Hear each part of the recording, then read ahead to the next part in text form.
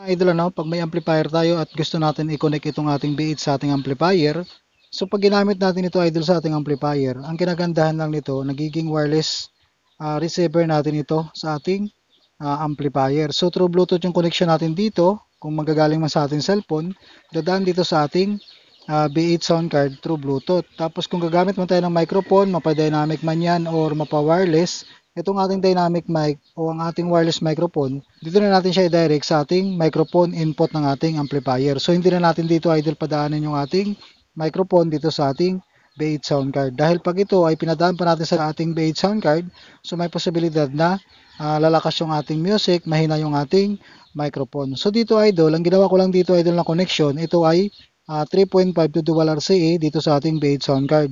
So ang ating wireless microphone, so normal setup lang tayo dito.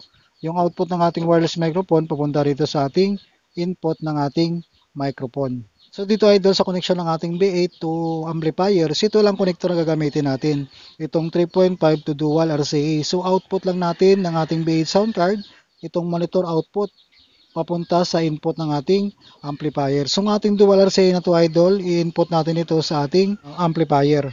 So katulad dito idol ano, audio input lang ng ating amplifier yan. So katulad nito naka-selector A yung ating amplifier dito.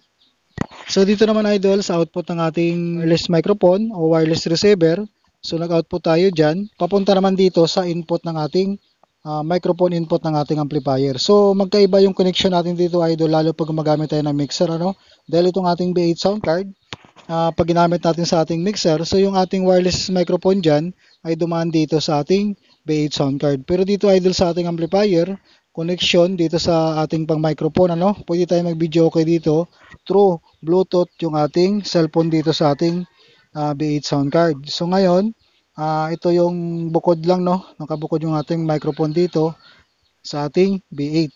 So mag-sound check tayo dito ng ating microphone sa ating amplifier. So ito yung ating microphone, echo, ayan ano.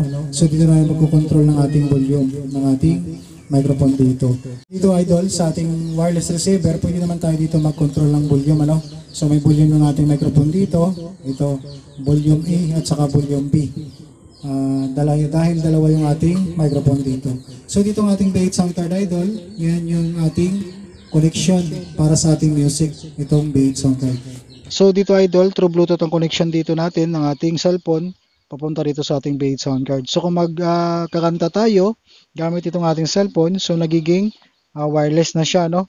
Yung may wire lang dyan, yung ating B8 to amplifier. So dun sa mga viewers natin, kung paano daw ang connection to B8 to amplifier, so ganun lang siya idol ang connector na gagamitin natin, 3.5 to dual RCA. Titigil sa pag-ikot ang mundo.